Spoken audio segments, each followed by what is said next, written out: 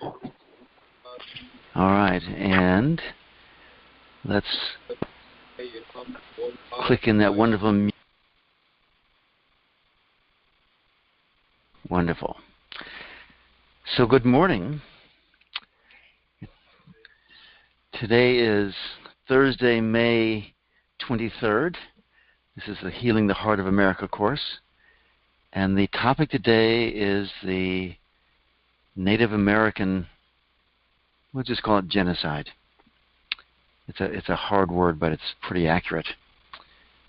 So I'm grateful for everyone to be here to help soften this wound in the collective memory of America and to see what healing balm we can offer to ourselves, to the Native Americans, to the country. So let's begin by moving into our hearts. Always helps to be in our hearts. So let's just sit up straight, place our hands over our hearts, cross one hand on top of the other.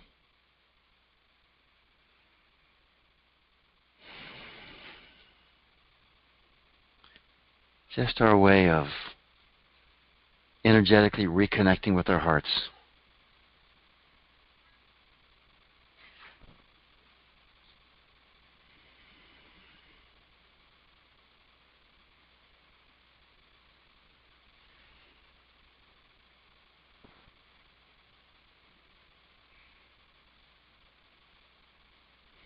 And if it's easy, breathe deeply into your heart.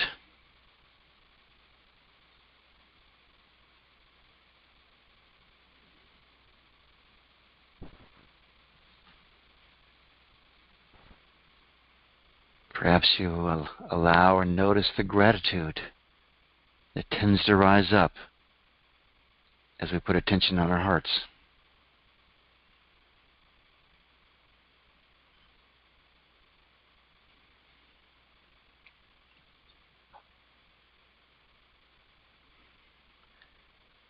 And you may begin to notice your heartbeat beating underneath your hand or your fingertips.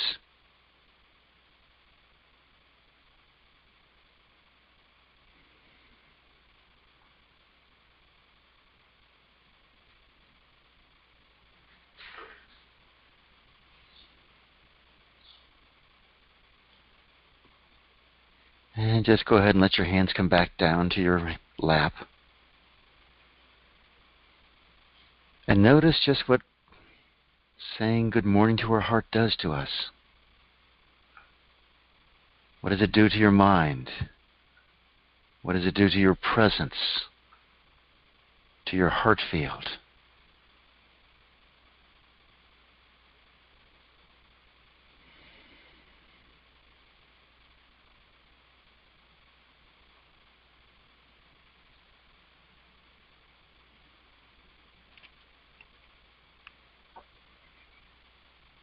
Let's go into our second approach to connecting to our hearts, to living in our hearts. This wonderful process of heart rhythm meditation, dating back to the time of the desert fathers and the desert mothers. And they always like to give a nod to Susanna and Paran Bear, who brought it forth from them. Did all this research and found that these amazing God-realized beings, and if you study them, you realize they are the peers of any of the great sages, seers, and rishis of history. And discovered that their process was the use of the heart and the breath to draw closer to the divine, to create this extraordinary balance.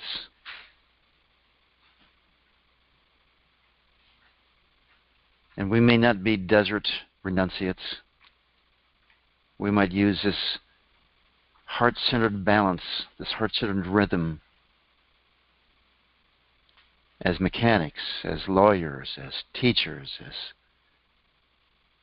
office administrators, as customer service reps, whatever the field we're in. as artists, as businessmen, businesswomen, as academics. Everywhere we can infuse this extraordinary balance of the heart. Let's begin just by sitting up straight, letting your spine be erect. The spine is sort of like an antenna for an energetic meditation.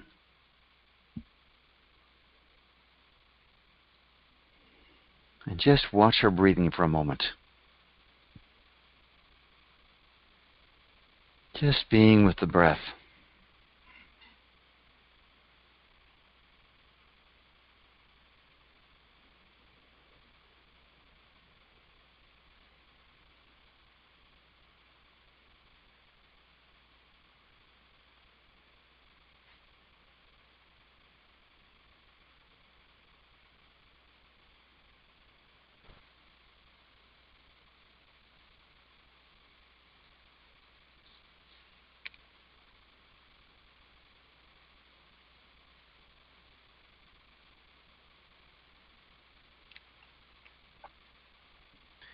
And at a certain point, let's begin fully exhaling and fully inhaling.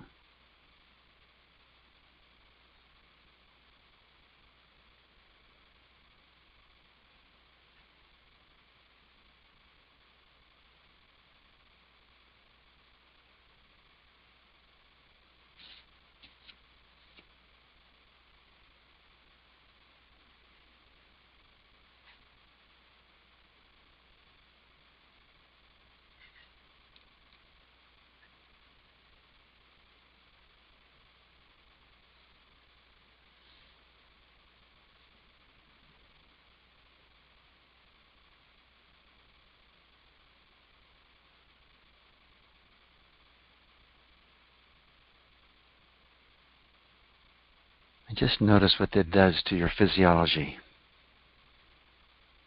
flooding our bodies with energy from breath.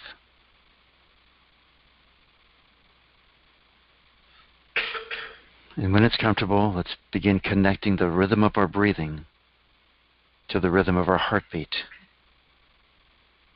And typically this means we inhale to 6 or 8 heartbeats and exhale to 6 or 8. I'll use the number 8, but whatever is comfortable for you. Could be 10, could be 4.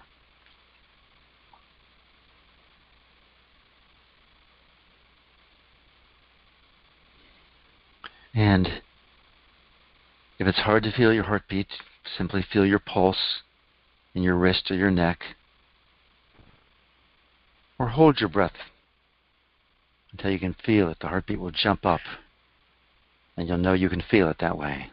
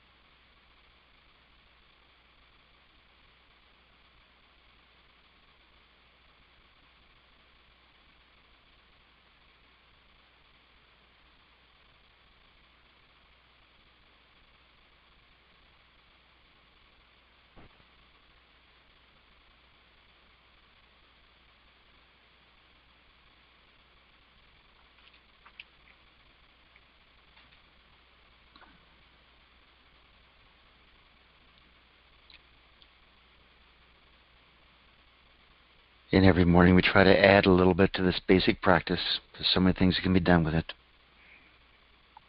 The first week or so, we played with the dimensions of the heart. The last 5 days we've gone through the 5 elements. And in honor of the Native American tradition, which is so earth-centered, so nature-based, I'm going to invite us to go back to the earth breath, which is in and out through the nose, breathing energy up through the earth, up to our heart, and then exhaling it back down into the earth. All the while, staying connected to your heartbeat. Energy up. We're going to shift this in a minute. And then energy down into the earth, filling our body with this beautiful, stabilizing, powerful, persistent energy. Adds great stability, persistence, regularity. But now I want to add one little flavor to this. We want to inhale as we bring the energy up. Let's inhale our love for the beauty of the earth. And let the beauty of the earth fill our being. And as we exhale, exhale gratitude to the earth for all the earth provides us.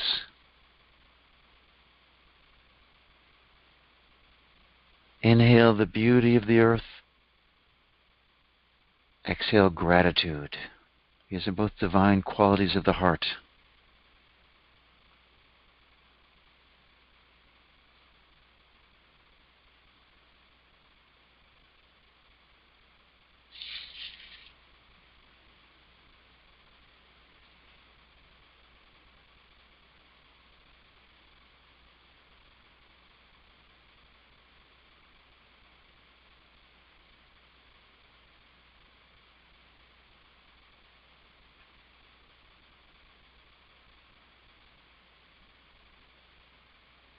All the times we've noticed beauty in the earth, now we just inhale this quality up from the earth, up into our heart,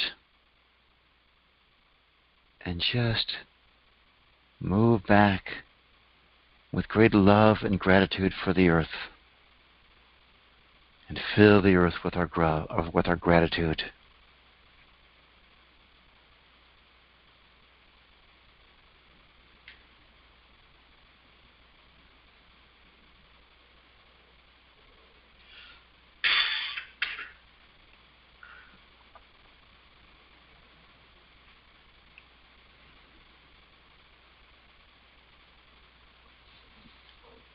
This takes us into a natural connection with the Native Americans, who really are so earth-centered, so respectful and grateful for the planet, for Mother Nature, for the earth. And just, today we're going to work on the Native Americans and the history and the current life. If this doesn't resonate with you, pull up whatever issues are up and work with them. It's perfectly okay. But let's go way back in history. Let's go back to the year 1492. And we all have this image of scattered Native American tribes, hunter-gatherers, maybe a little bit of farming, with just a very sparsely populated nation. And of course, the researchers on this, the scholars, are highly debate this topic, but some of them say, no, there were millions upon millions of Native Americans here. And when the Spanish came in, they came up with their pigs. And that they had brought them up for food, and the pigs would just forage, and they'd sort of herd them and move them along. And they spread diseases. Pigs and humans have very similar physiologies on some levels. And apparently the Spanish reports of these vast cities along the rivers, tens of thousands of people. Explorers came in a couple hundred years later, and they were all gone. Just gone. One bit of evidence for this is that when Lewis and Clark decided to map out the Northwest Territories and go all the way across. They were sent by the president. They went to the headwaters of the Missouri and found 4 villages in proximity, very close to each other. Basically, each had 5,000 people, 20,000 people. And that was as big as the population of Washington, D.C. at that time. Just a vision of how many Native Americans disappeared from the face of the earth.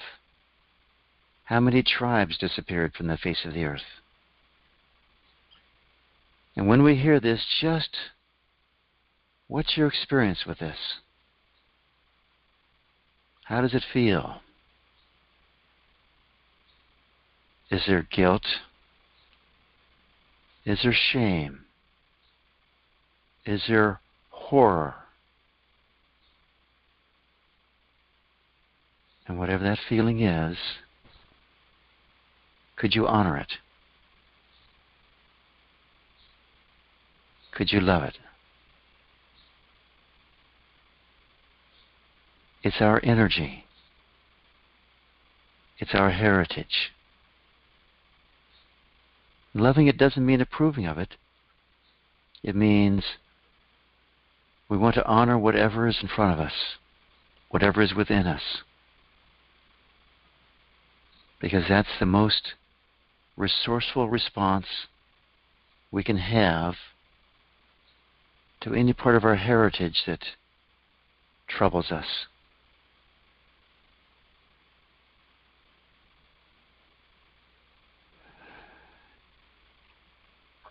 I was researching last night. It's very simple. You just pull up, Google Native American tragedies. I went to Wikipedia, and they had an easy 100 listed. Native American massacres. The thing that struck me first was the oldest Native American massacre that's known archaeologically was in the year about 1325. Native American on Native American. They found a mass grave in the Dakotas, 500 plus natives massacred.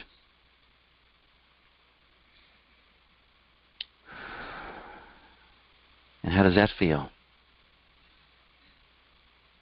Could you just welcome whatever is there, pull it into our hearts,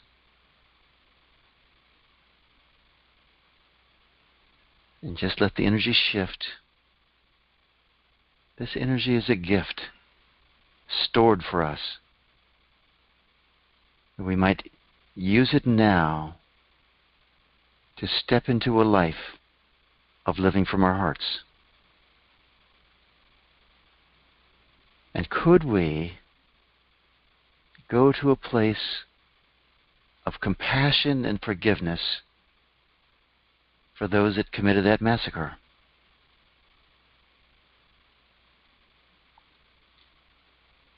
In the long, long history of humankind, these massacres happen over and over and over again.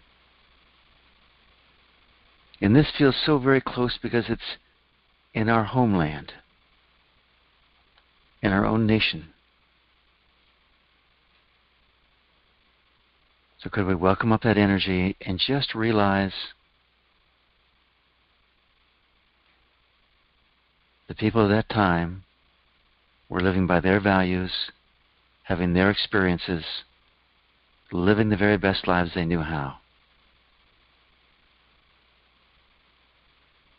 And just discriminate here. Would we rather judge them, or would we rather love them? And let the energy of the experience shift through our love. That's okay to do that. Where we know what the past is, we honor it. It becomes our foundation, but it doesn't control us. I was reading through this long list of Native American massacres. The massacres go both ways, of course. Far more we are massacring the natives Native Americans, and they were massacring the colonists, but it really went both ways. 400 colonists killed here, 800 Native Americans killed here, a whole village is wiped out.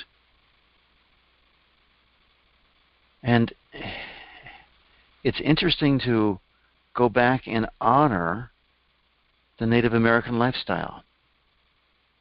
Because here's the thing. Many of the colonists would leave their lives under, Western European lifestyle and go live with the natives, Native Americans, with the tribes. Never was there a case recorded where willingly the Native Americans went to live with the British, with the Dutch, with the Spanish. Just never happened. So we want to truly honor the connection the Native American culture had with the earth, living in harmony with the earth.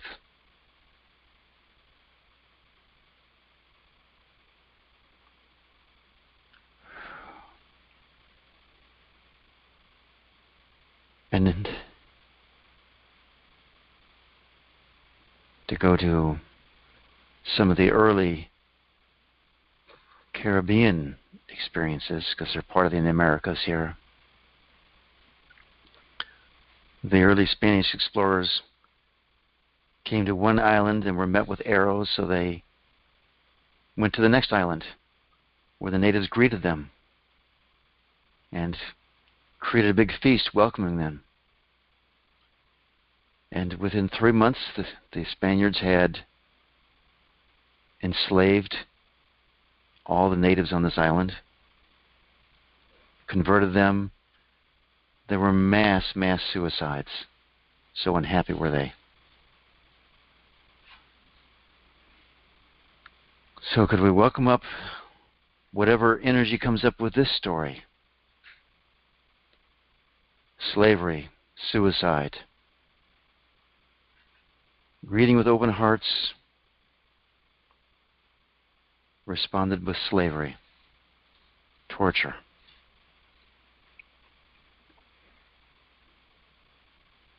And again, just feel the energy, feel your response. Pull the energy into our hearts. Notice the blame we have for the Europeans. How could they? How could they be so ignorant? How could they be so harsh? How could they? But look inside yourself and notice that blame traps us. We hold on to it. We become a person who blames, and in that blame, we separate ourselves from those Spanish explorers. So ask your heart, would your heart rather be separate from them, or would your heart rather be connected to them? And either answer is okay. We may be in a spot where we're not yet ready to connect and identify with the vast dark history of mankind. But go back to your heart and just ask your heart, is it okay? Is it okay if we expand our hearts and allow ourselves to be one even with that which is not perfect?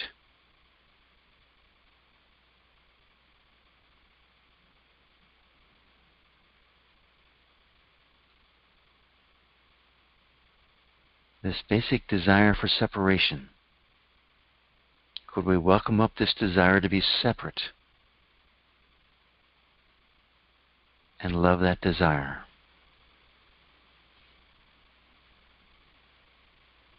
We want to welcome it up and love it so it can shift. I just assure you, there's more joy, more harmony and love than there is in judgment. You all know this.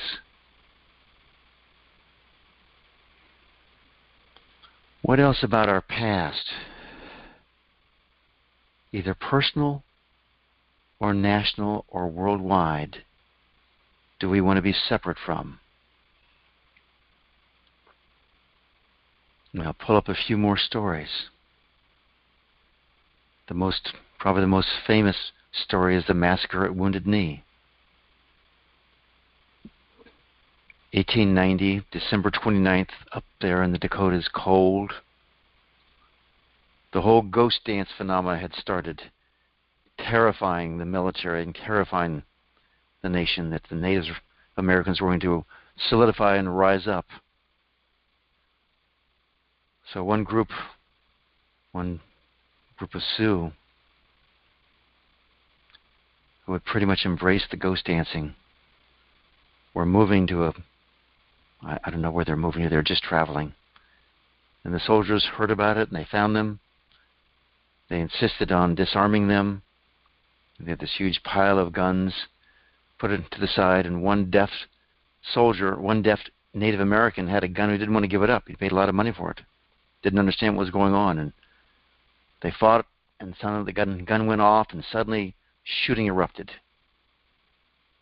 250 to 300 Native Americans were massacred. About 25 soldiers were killed.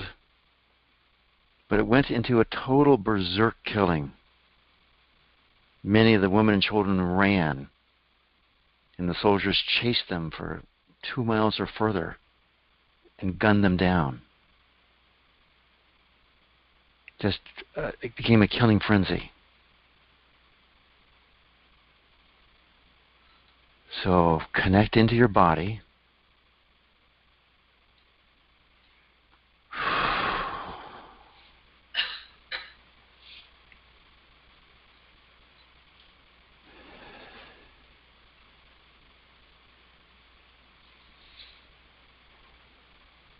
The response of the military reflected the division in the nation about it. Half the nation was horrified, and half the nation agreed with it. Some of the soldiers received Congressional Medals of Honor for their valor. Others were, the military inquiry condemned some of the officers and soldiers. I don't think anything ever really happened to them.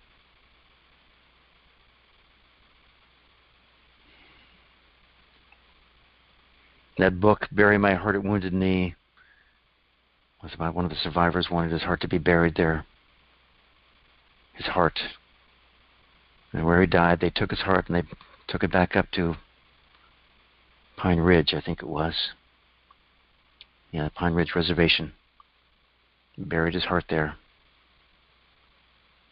Again, feel whatever horror, shame, disgust, judgment, whatever comes up for you. Could you let that move into your heart? And heal. Heal the sense of separation.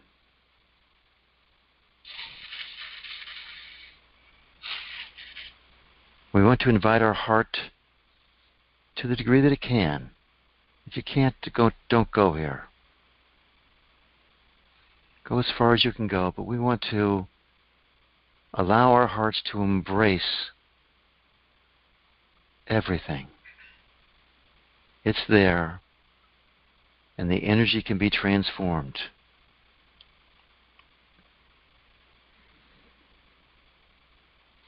We've all heard the story or the quote, "The only good Indian is a dead Indian." This is from about 1869. General Sheridan, the Union General Army who during the Civil War marched across the South, killing, burning Ah, sorry, I said.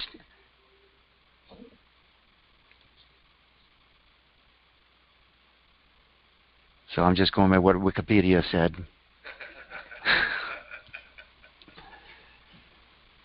So they were down in Oklahoma. He was put in charge of the Indian Territory, what we now sort of call Oklahoma, in that vicinity.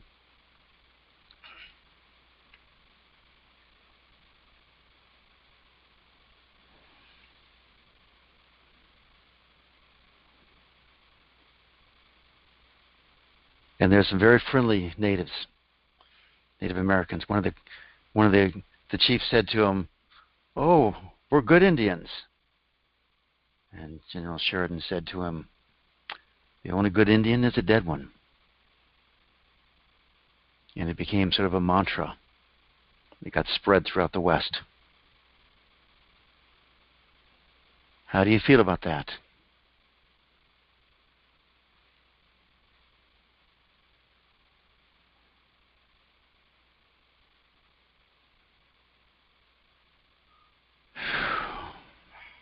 Whatever that energy is, welcome it up.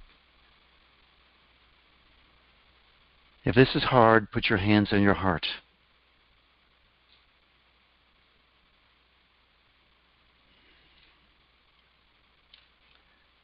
And always reconnect to our heartbeats.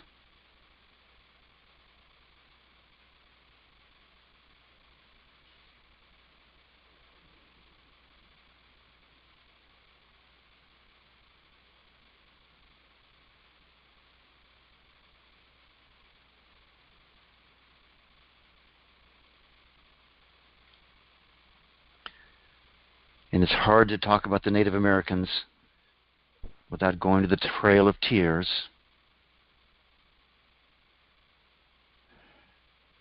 Where they rounded up so many Native Americans out of Florida and marched them to Oklahoma. Barely fed them, barely gave them shelter while they're camping out, but barely gave them blankets or anything, just marched them. So many died. So many tears along the way. I forget the numbers. I read them all, but it's been so long.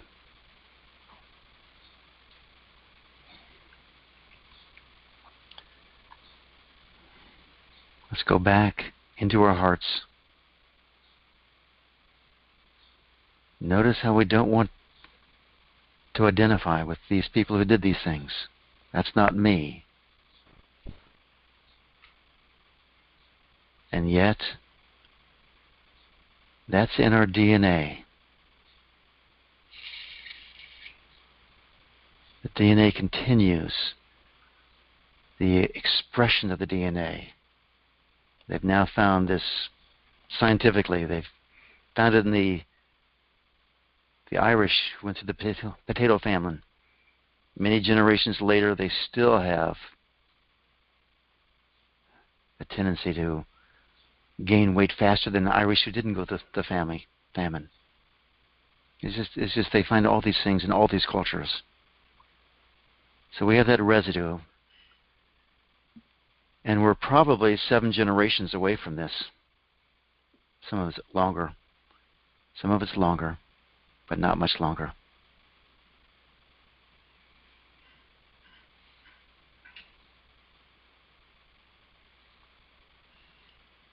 So now the Native Americans are on their reservations, culture being decimated. The big debate among almost every Native American reservation is, do we do gambling? Because it brings in tremendous money, and yet it completely destroys the traditional culture. Brings in all the problems of gambling.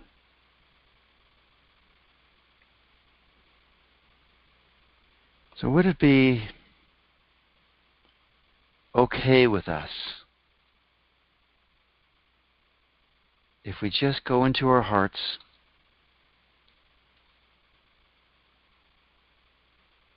and send love and compassion to the Native American population.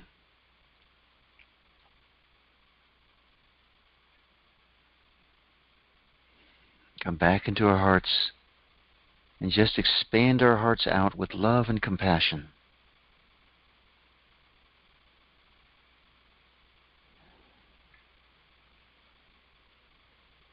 And could we shift our image? You know, we all have this picture of the Native Americans as having been beaten down, and it's a true enough picture. But does it serve us? Does it serve them? And which would we rather have? The Native Americans who are still oppressed, still lacking opportunity, or this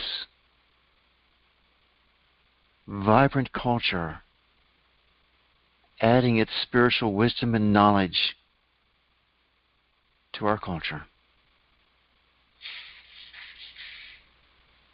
There's at least two great masters out of India who have said of the Native Americans, in effect, as the Native American goes, so goes America. They are so deeply rooted into our origin that we will never rise to our fullness spiritually until we lift them up with us. Would it be okay with us if from the depth of our heart we send forth a resolve, powerful, powerful resolve, not from the angst and the guilt and the shame, but purely from the deep love of our hearts, that the Native American population thrives and blossoms in its own unique fullness, in its own unique beauty, power, and presence.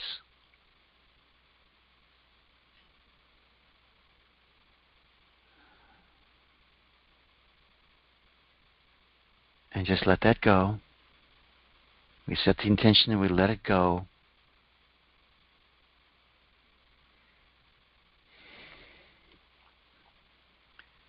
And let's pull it up again. Some picture in your heart's eye, in the eyes of your heart. Can we see the Native American culture thriving, powerful, leading America into oneness, into harmony, into beauty? And let's fill this picture with our love and let the picture go again.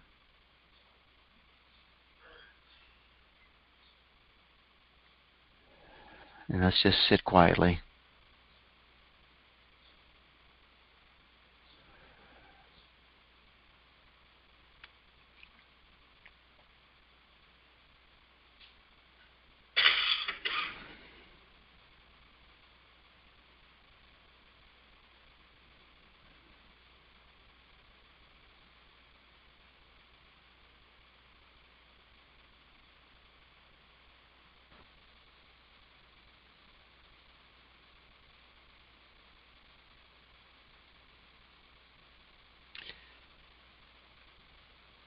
Move into our hearts, if you're not already there.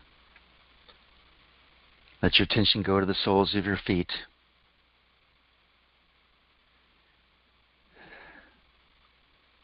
And open your eyes when it's comfortable.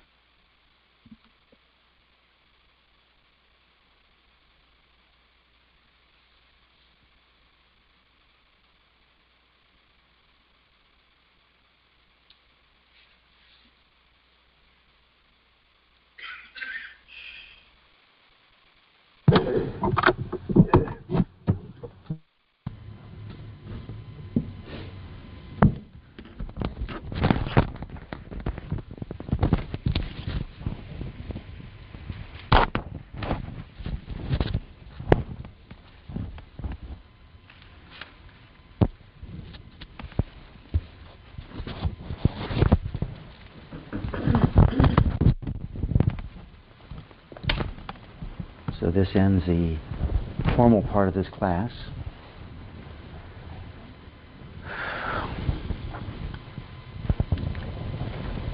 I know that was pretty intense, and I thank you so much for staying with me with that.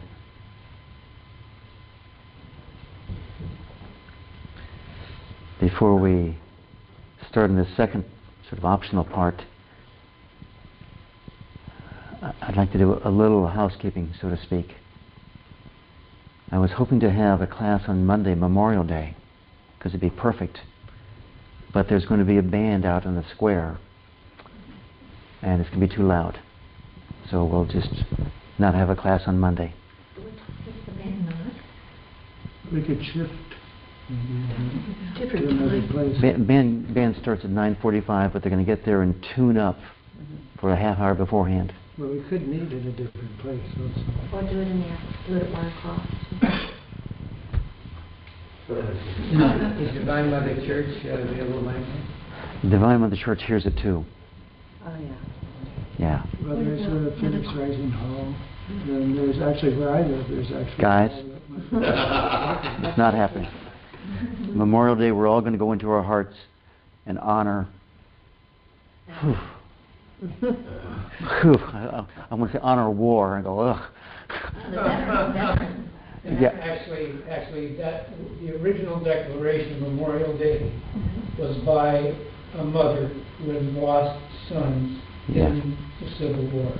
Yes. That's the thing. It's turned into something else. It's turned into something else, but you know, at one of these mornings we have to do war. Yeah. Okay, so is there anyone on the phone? You can unmute yourself with *6 who's stirred up or has a comment or a question, or anyone here?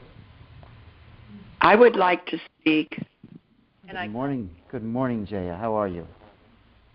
I'm fine, thank you. But thank you for calling on me. I have 2 areas, excuse me, that I would like to. I'm hearing an echo of my voice. How do I get rid of *6 then? Well, you can't do *6. Hang on, let me try one. Should I?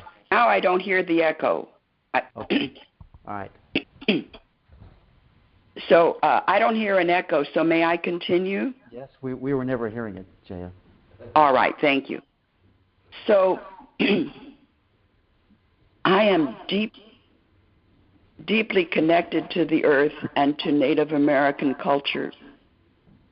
However, my genetics are second-generation American. I come from Belgium and Switzerland, and I'm very connected to Europe.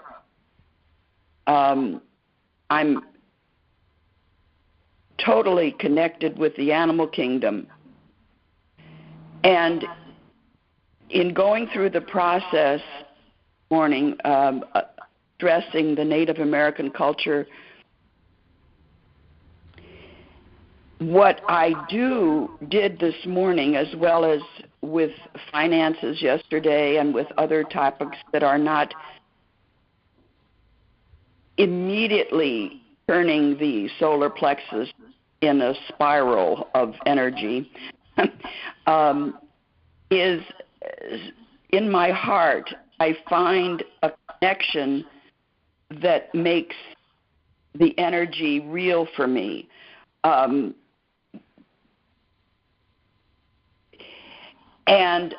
I'm okay with doing that. This is not a complaint or a request, actually. It's just sharing, because maybe it might be helpful to others that when we have a real personal buzz on something, that's really easy to see that big energy and work with that. But connection to these topics is there, and it just we have to give ourselves permission to have it come in however it is. I'm very close to Native America. I have put Jaya? chief Jaya? that was that I grew up with. Jaya. Yes. So you're preaching to the choir. What would you like to work on? Okay, so the point of the matter is that I just really wanted to share this. What actually is not applicable then is that any time I open my voice, I want to work on something. So I didn't know that was a caveat. I actually don't have anything to work on, so I do appreciate the opportunity to express myself, and I didn't think I was preaching. So anyway, thank you. We love you anyway, Jaya, believe me. Okay. Anyone want to do some work? Anyone stirred up? Steve, Yes. good morning. This is Patsy. Good morning, Patsy. How are you? Stirred up. Good. I think I've been stirred up from the day we started doing these this healing, and I'm so thankful that you brought. I'm on a cell phone. I can hear the feedback also. That you brought up. It's the heart of America, because sometimes when I'm looking out into the world, we're still doing the same things. We're still after other people's resources. We're still after, so there's a lot of sadness in my heart. But what I really wanted to work on today, which is going to sound funny at first, but it's very deep hurt. On Mother's Day, my daughter, I have twins, seniors, they're older, obviously, and she hung up on me Mother's Day. And my struggle, where I'm really hurting, and why part of it's funny, is today's her birthday. And I tried to call her back that day, but she wouldn't answer her phone. And so since then, of course, I haven't heard from her. And there's a part of me who doesn't want to call her because I don't want her to hang up on me again or not answer. And, but it's her birthday, and part of me wants to call her. Part of me is going, you know what? Based on what was going on, I know why she was upset. Because Patsy? Yeah. So pull up the pain. Thanks. Pull up whatever's going on. Yeah, it's right there. Where do you feel that? In my heart. It's rejection. I know exactly what it is. Good. So that rejection feeling, do you like that feeling? No. All right, so everyone else, by the way, where have you ever been rejected? Okay? It's great, Patsy. You bring up these little mundane things, and they're so profound. It's a big wound. Yeah, and we all have them. Okay, so this feeling of rejection, we don't like it at all, do we? No. So that not liking it, that pushing it away, not wanting to feel it, does that heal that wound? No. It doesn't, does it? Can't seem to pull it up on my own, though. That's okay. Could you let go of disapproving of that rejection? Not yet. Okay. So can you feel that disapproval of that rejection and let that feeling of disapproval get really strong? Yeah, I really hate it. Yes. Welcome up that hate. Let it get really bright and strong. Okay? Uh-huh. And where do you feel that energy? Right around my heart, just above my heart. It's like Good. Up into my throat. Good. So it is okay with you. Do you feel that energy and just be with it?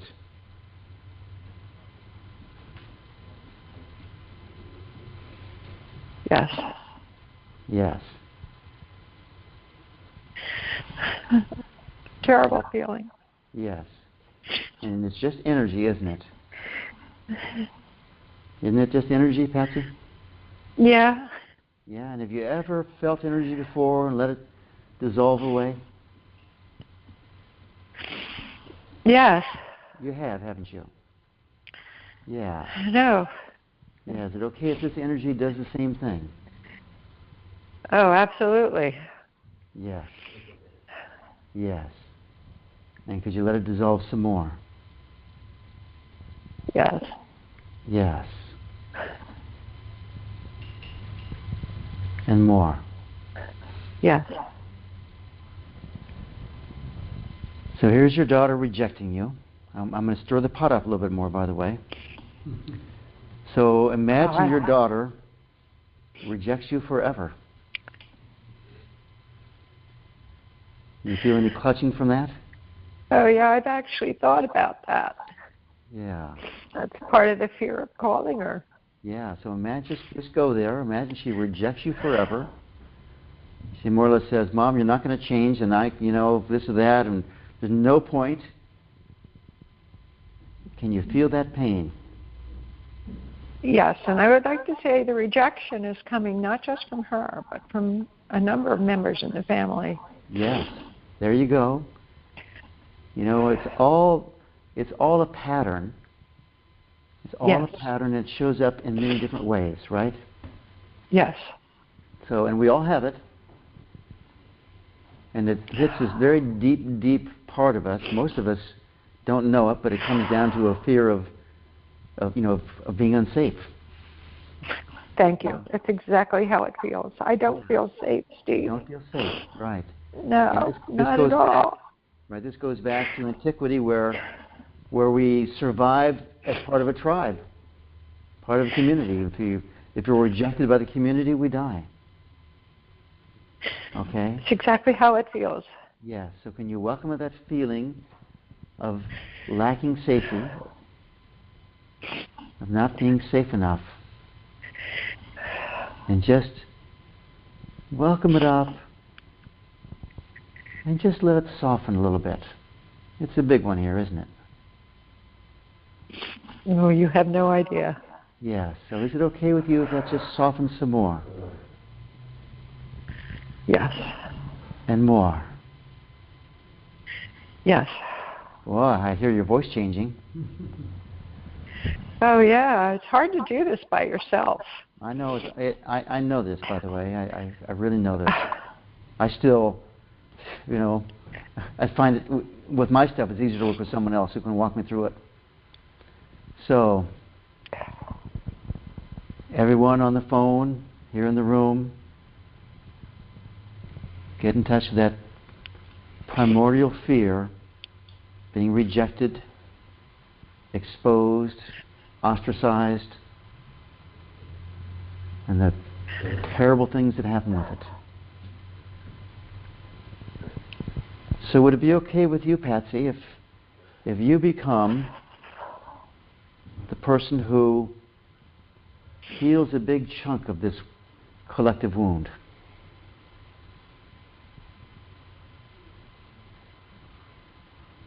Yes, and then it feels like I slip into pride.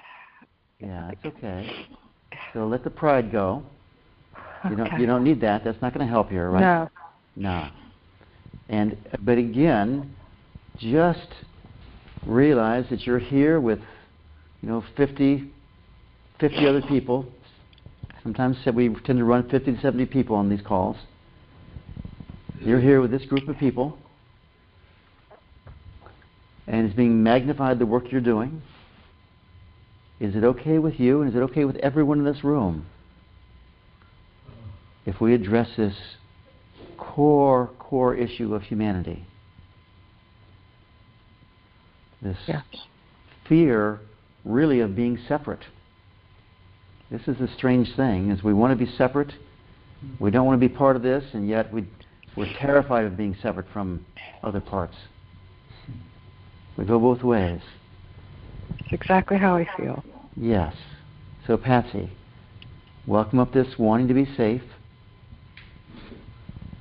Yes. Is it okay with you if you move into your heart, pull this energy into your heart? Can you do that? Yes. Yes. And everyone else, pull this energy into your heart or just be in your heart. And ask your heart, is it okay if I'm just safe in this universal presence? Is that okay with your heart? Yes. But the thought that comes, but sometimes it's not enough. Yes. The yes, but. So that but, Yeah. can you welcome that up? That's just a thought or a Yes. feeling, right? Just a thought or a feeling. It's a feeling, yeah. Yes. Can you welcome that up and let that shift into oneness?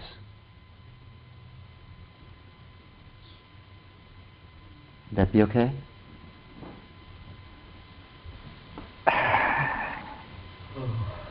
I think before that is that desire to be loved. Okay. So good. So we have another issue here. So part of, typically or traditionally we say we want to be loved so that we're not rejected, that we're safe, right? Yeah, I see it. Yeah. So is it okay with you? Let's just deal with love now because it's come up. Can you feel where you want love from your daughter? From a family, From any your family. Yes. And everyone else, where do you want love from? Who do you want it from? So there you are, you're wanting love from them, and they don't seem to have it to give to you, do they? Correct, yes. They don't have it. They're in their own pain, they're in their own wounds, right? Yes. They don't love themselves, so how can they love you? Right? So yes. Can you let go of asking for love from people who don't have it to give it to you? Yeah. You can, can't you? And yeah, that helps. That yeah, melts more of it. Yes. Which would you prefer? To be utterly and totally loved by everybody? Think if you're a famous rock star, movie star, or something like that. Loved by everybody? Or would you rather be loving everyone? Loving everyone. Yes. Those rock stars and movie stars, it looks fabulous, but it's not all that it's cracked up to be, is it? No. Okay. So is it okay with you if you look to your family and regardless of whether they love you or not, you love them? Yes. And I am aware of that. Yes. That I love them. And can you pull up that love some more and let that be Yes. amplified? And can you... Yes. Yes. And is it okay with you if you go to a place of unconditional love for them?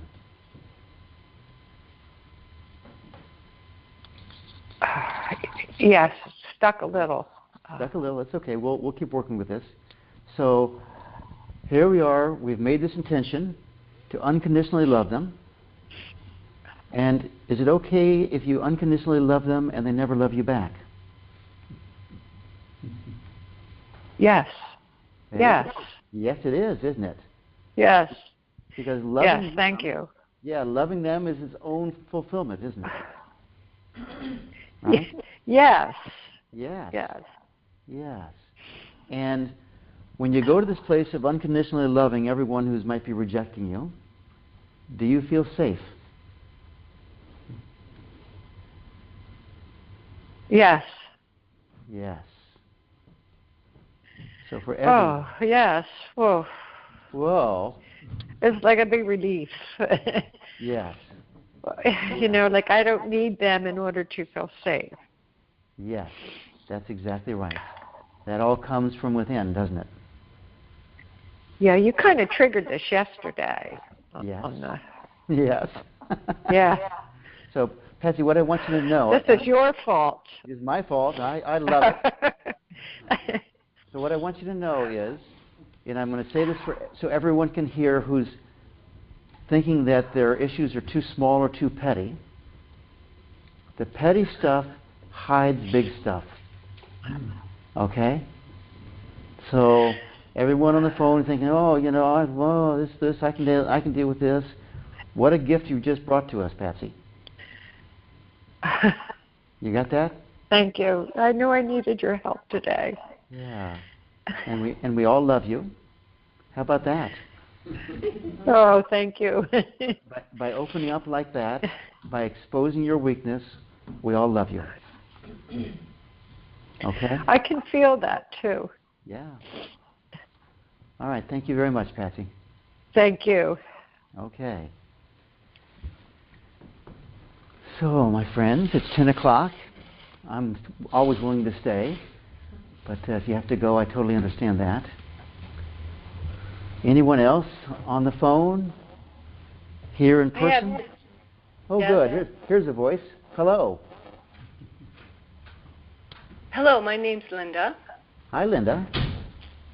I just wanted to. I appreciated the whole thing this morning, and I just wanted to remind everybody that many of us are Native Americans, and we have been for a very long time.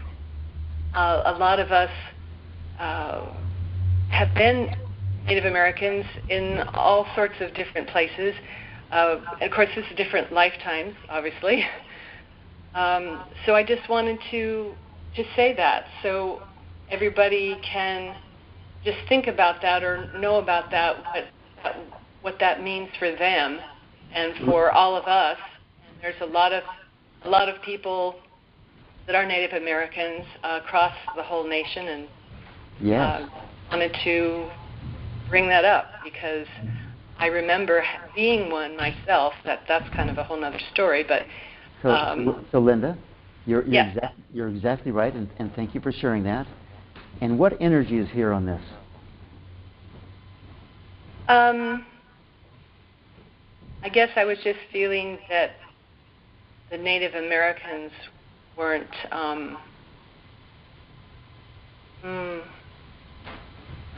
It's hard to describe. I guess I was feeling that a lot of we were all talking about kind of Native Americans, but so many of us are Native Americans, or we were in other lifetimes. And what, so I what just fe- wanted what feeling? to. What feeling does get that bring up? What feeling does that bring up for you?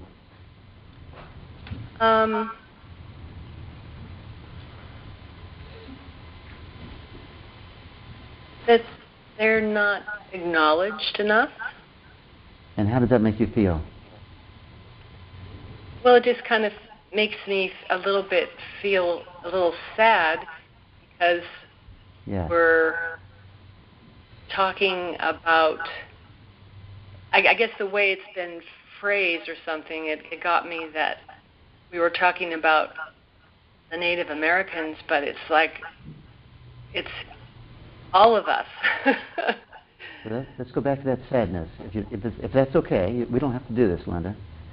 Sure. But that sadness, because we all feel it. Yeah. Okay? We all feel it. So everyone just connect to the sadness about all this.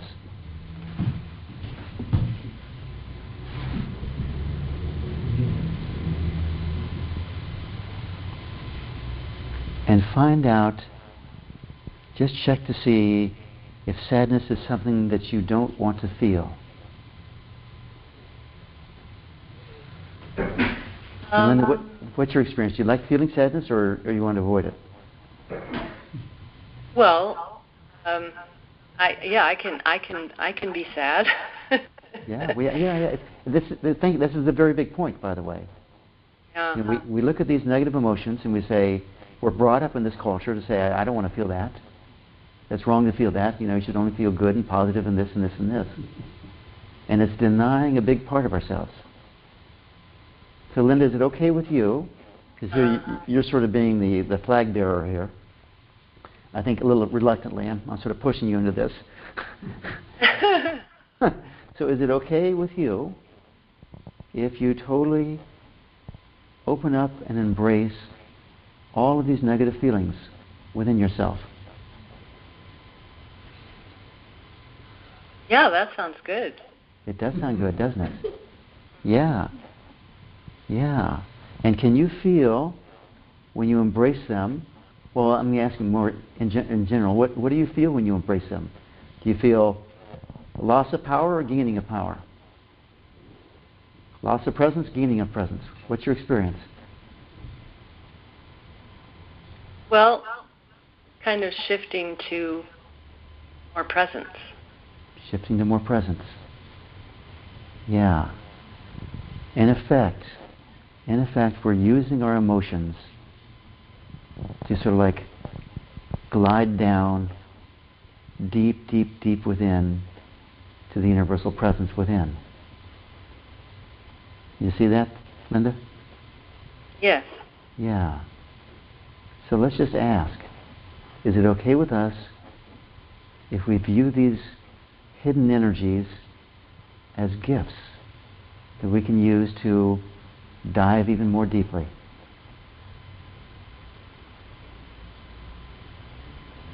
Yes. Yeah, yeah. So let's sort of what we do call squeezing the lemon. We make it like almost absurd, and so we can really feel it. So let's imagine massive, massive amounts of sadness, grief, hate, anger start to pour into our bodies. How does that make you feel, Linda? It doesn't feel good. Doesn't feel good. Yes. So, can you, that not feeling good feeling, that not liking feeling, can we pull up that not liking? This is just an old pattern of ours. We think we need this to protect ourselves from this terrible energy that is really a gift for us. You'll get this, this not liking is a protective mechanism. Oh, would it be okay with us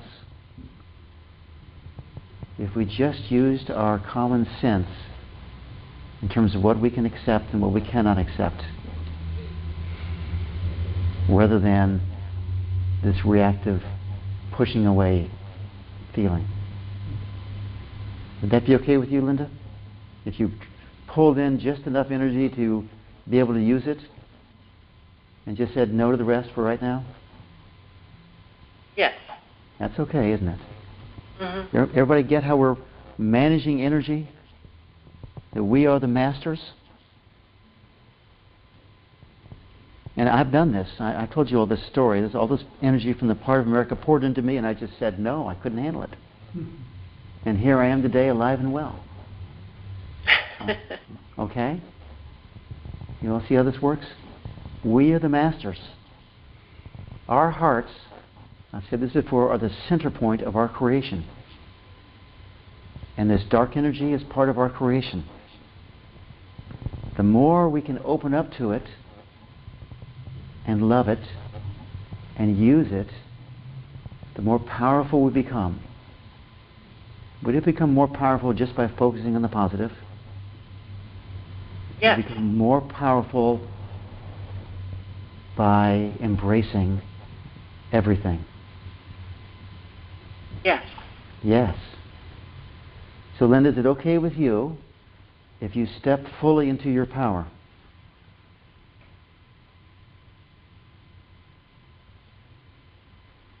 Yes. I heard a little hesitation there. Is there any resistance to that? Any sense of how or why or when or something like that? Now is good. Now is good. Yes. Yes. Yes. Okay, so just ask everyone, is it okay with us if we become a powerful person? Yes. Yes. And check to see, I mean, it even comes up with me. I get some stirring in my solar plexus. Okay? Check to see if there's any like resistance. I know mine is always about, will I misuse the power? Yeah. Okay? So, but just check, it's just resistance, it's just more dark energy. Is it okay with us if we become a completely powerful person and allow our hearts to use that power wisely? Yes. That's easy to say yes to, isn't it? Yeah, that's a...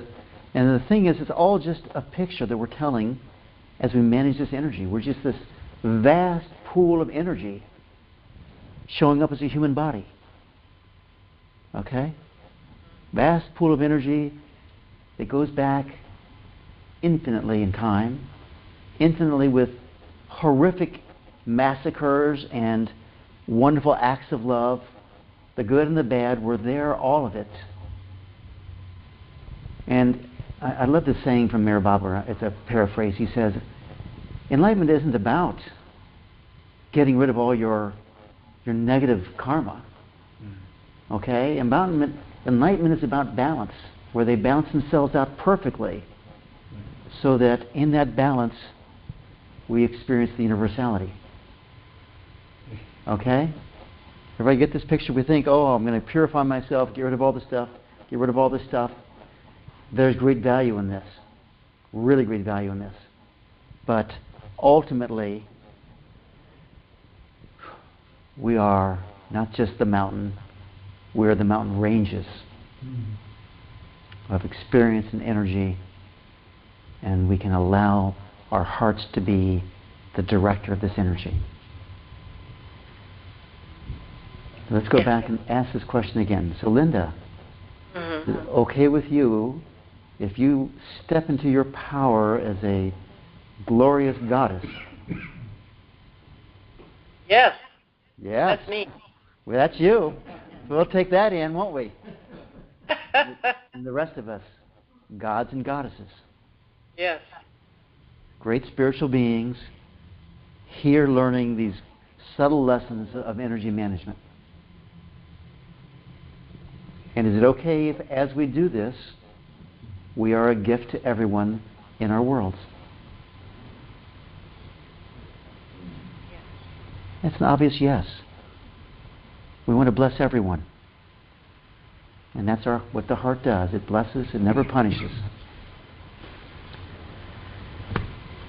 All right, Miss Linda. Thank you, Stephen. Thank you very much. Really appreciate your calling in. Thank you. Lots of love. All right, lots of love.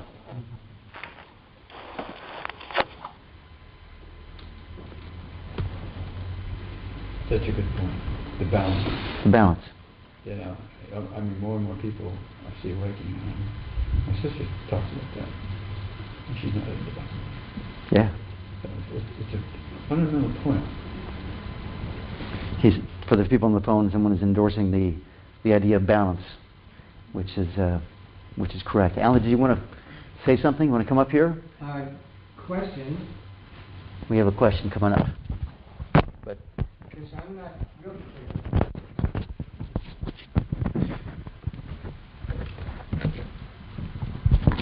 I'm not real clear about what's getting balanced with what. I feel that I have made pretty good progress in general with what we're about here, and I seem to get more out of it the more I progress. Oh, imagine that. But I'm confused about this balance thing, because what I notice is that, for example, when you ask the question, are you stirred up about whatever we're talking about? Usually my answer is no, I'm not stirred up. I'm just getting that it's interesting. I mean, all these terrible things that happen, and for one thing, I don't think I have been a Native American. For some reason, I don't identify with that. I don't reject it. I just don't. I can't find it. Alan. Yeah. So what is this balance thing? Before we get there, yeah. because that's a sort of like intellectual understanding, but it's very, very important. Okay. So this sense of not feeling. No, I didn't say not feeling. It's just not. No. So it was, when we're talking, you were saying you don't get stirred up, this or that. Oh yeah, I don't get stirred up, but I'm with you. I get you. So let me tell you a quick story. Yes. Okay, and because particularly in the TM community, we learn to transcend, and it's very powerful. Marcy did a brilliant thing with this. But I'll tell you the story from one of my heart teachers, Puran, who is remarkably can expand his heart and feel people.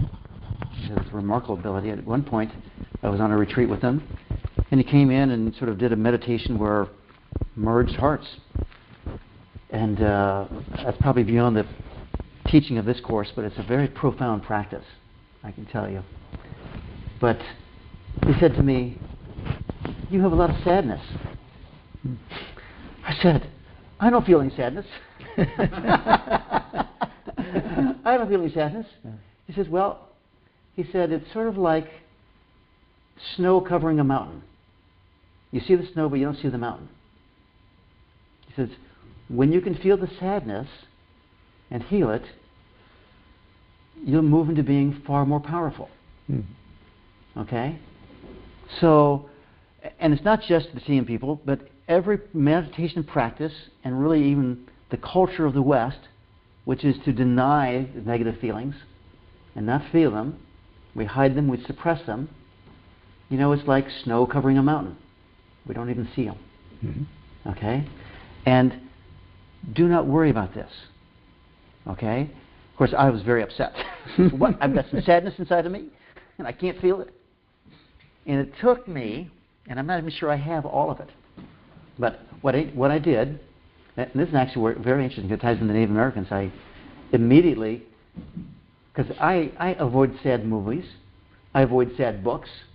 Why would I spend money to go see a movie that's going to make me sad, right? I'm not going to do that. So anyway, I aggressively went after sad books. So I read Bury My Heart, A Wounded Knee. I started on Roots, I haven't finished it yet. The whole African American thing. And I've read a book on the Trail of Tears. How about Viktor Frankl? You could read Viktor Frankl. Boy, yeah. That's a heavy one. Yeah. And, I start to feel, you read this, you can't help but feel sad. Right? So, and eventually what happened was, I was talking about this with a friend, and saying, I'm reading these books, and I'm actually feeling a little bit of sadness now. Like, happy about it. And suddenly this cloud of sadness just surrounded me. And I was in an intense sadness for about 5 or 10 minutes. Only that? Yes, only that. Well, I'm not saying it's all gone. Not 24/7? No. Oh, what's wrong with you? But, and the interesting was sadness is not terrible. It's just not bad. It's just a feeling.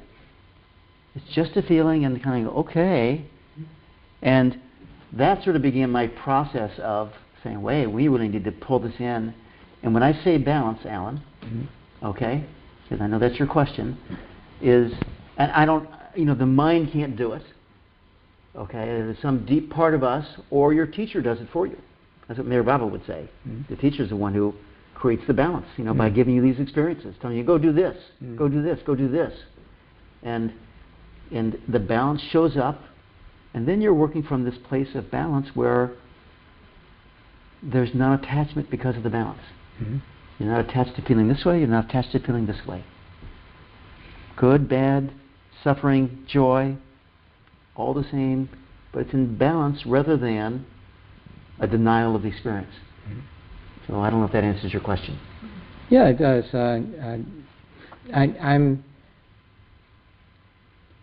I think my difficulty was that that's kind of what I'm doing, but I didn't know. My intellect didn't understand what was going on about this balance thing, and I've learned that there are certain things that we can do. We've already learned here that produce balance just by breathing through a place where you notice a feeling. Yes. And so, I'm not trying to balance anything when I do that, but it has that effect. Yeah, it's not nothing to try here. Yeah. Okay, and honestly, if energy comes up, you can breathe into it. You can move the energy many, many ways of healing energy. 112, according to Shiva. You go, 112? Where's that number come from? But 108. No, It supposed to be 108. 112. No, And I know what happened. what happened is, did I tell the story before? No. Let me tell you guys a fun story. We're after hours, so it's story time. So here's here's Lord Shiva, the first yogi, self-created, and married to Parvati, and the 7 rishis come to him, and they say, "Could you teach us what you know, who you are? What is this?" And so he teaches each one of the 7 rishis 16 methods of experiencing enlightenment, freedom, whatever you want to call it. And Parvati, it's such a charming story. Parvati's been sitting up next to him as his wife, right there on the same level as Shiva. And Shiva says to the 7 rishis, these are all the ways. And it's 7 times 16, which is 112. Okay? And 16 gets into cosmic numbers also in the Vedic tradition. So Parvati goes, there has to be more than 112 ways. And Shiva says, why don't you go find them? So she disappears and is gone for a number of years. 112. 112. No, 112. She's gone, then she comes back, and she hasn't found any others. And she comes back and she moves her chair 1 step lower than Shiva. Acknowledging Shiva's, wisdom. Supremacy. Yeah, but that's where the 112 comes from. And so there's all these different ways, and our intellect is never going to balance. It just doesn't have that capacity. It takes the vast energy of creation of the heart to do that. So it's not to worry about this. Yeah. Okay? Cool. Beautiful. Thank you. All right. Thanks for the story. Thank you. That helps. And the one thing that you said, which I thought really helped, was that these negative feelings or emotions, or however one wants to refer to them, are ways to connect with that universal presence. Yes. So you welcome it as okay, here's another way in which I'm not connected with the universal presence. Let me follow it and see if I can get to it. Yes, exactly. Perfect. Thank you, sir. Dankeschön. Yeah, bitte. All right, you guys, it's now getting really late. Story time's over. Thank you all for coming, and much gratitude. And I don't remember tomorrow's topic. Does anybody remember from the... All right, well... Media. Say that again? Media. Media. Oh, tomorrow we're doing the media, you guys. Thank you, whoever brought that out. So let's unmute everyone. Unmuted. All right, you guys. Thank you, Stephen. Yeah, Thank you. I love you all. Bye. Thank you. I love you all too. Fabulous session. Thank you. All right. See you tomorrow. Love you. Love you all. Well, yeah, I've gotten through